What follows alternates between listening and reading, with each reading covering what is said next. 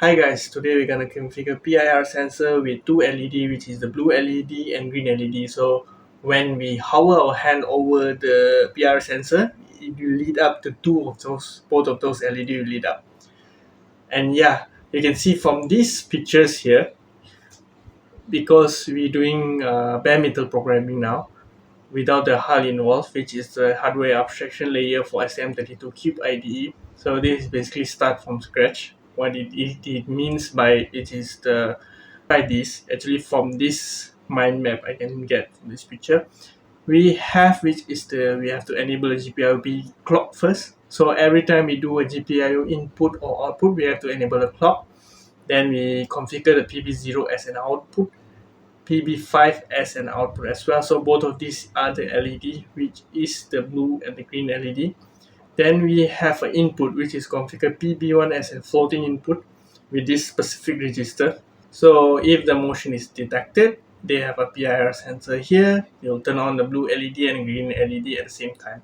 So both of these LED will be turned on when there's a heat presence or movement presence onto the PIR sensor here. We have an base address. They call this as a base address.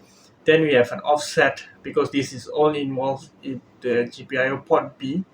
Then we have a CRL, which is the configuration registration low, which is between the port B0 to port B7. So this is the offset of the resistor of this C00. Then we have a C0C, which is the output data register, basically to set high or low, or depends on the application. Some of the input or output they have a 4-bit registers, okay, involved. And from the STM32 Blue Pill itself, the datasheet we have, which is the advanced peripheral clocks. Like I said just now, we enable the port B on bits 3. That's what you see from the codes.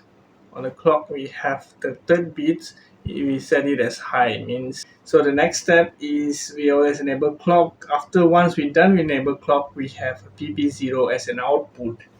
So we have to go to the GPIOB CRL, which is control register low. We set it as high, which is hex 1. So this one, you go to page 17. So this is all involved with the GPIO register. It's offset on the GPIOB and output data register and input data register as well. All this will be shown just now, we get from the datasheet itself. Then we can turn on and off the LED based on if we have input data register is detected. Means it's bit 1 is already set to high, it will be detected, turn the LED on for both of the GPIOB output data register, else will be turned off. This is set bit 0.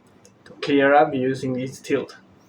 Then we have a GPIOB clock. We enable the GPIOB clock, which is involve all the input and output data register. Then this is just the blink and delay LED. Yeah. Okay guys, this actually I just want to I was in trying to learn on bare metal programming. And from here, we actually the benefit of bare metal programming is we can configure our own function based on the data register itself. So with direct access to the data register, we just can program it. We can make it our own function and program it to more general purpose for our project. Okay guys, thanks guys for watching. See you next time. So I will be trying dive deep more in microcontroller stuff, more in HAL, know-how with bare metal programming stuff, which is quite interesting. You can direct access to the register